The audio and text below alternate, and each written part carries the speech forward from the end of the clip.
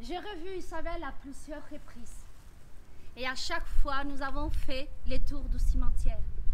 Des hauts en bas, des bas en haut. Et à chaque fois, elle ramassait les fleurs qui étaient par terre. Je ne peux pas les laisser comme ça par terre, sinon ils ne vont pas être contents. Les morts, je veux dire. Puis, elle touchait les stèles.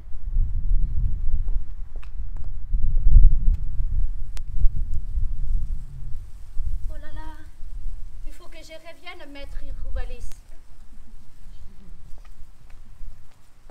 Elle m'a fait découvrir son coin préféré. C'est un secret, hein, parce qu'il faut que ça reste sauvage.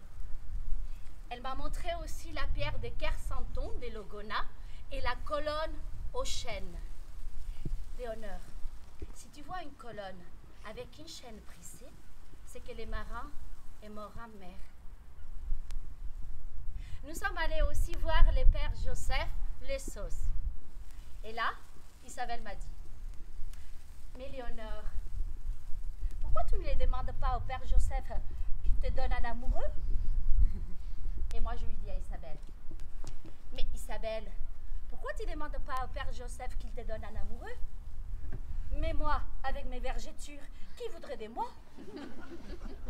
Et moi je lui ai dit, mais écoute Isabelle, tu n'as qu'à demander au père Joseph qu'il t'enlève les vergetures et qu'après, il te donne un amoureux. Ouais. Elle m'a présenté aussi ses collègues de travail, Diego, qui est portugais, Frédéric et Philippe. Elle m'a montré les chats du cimetière et Madame Kiek, qui vient la voir tous les lundis. Elle m'a parlé du lierre. Les lierres, c'est signe de longévité.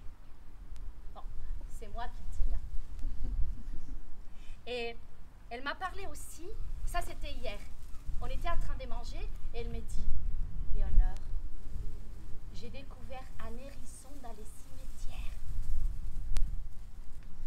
Il a un petit.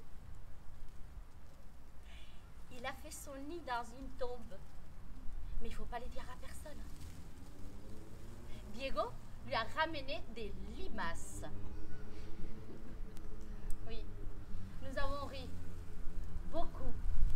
Et elle m'a chanté une chanson. J'ai la rate qui se dérote, j'ai le foie qui est pas le bras, plus de tarte.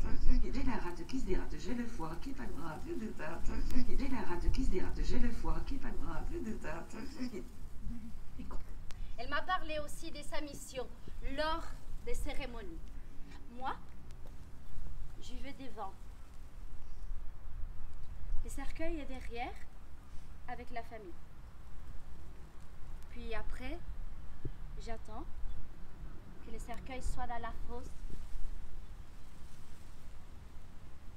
Je suis un témoin silencieux du deuil des autres. Isabelle s'est livrée à moi avec cette douceur qui la caractérise, avec cette sensibilité à fleur des yeux, les yeux de son père. Les yeux d'Isabelle m'ont ramené aussi les souvenirs des yeux de mon père. Lui aussi avait les yeux bleus. Les yeux d'Isabelle m'ont rappelé l'importance d'être là, tout simplement, à l'écoute, d'être passeur. Les yeux d'Isabelle m'ont ramené au ciel de Brest, à la vie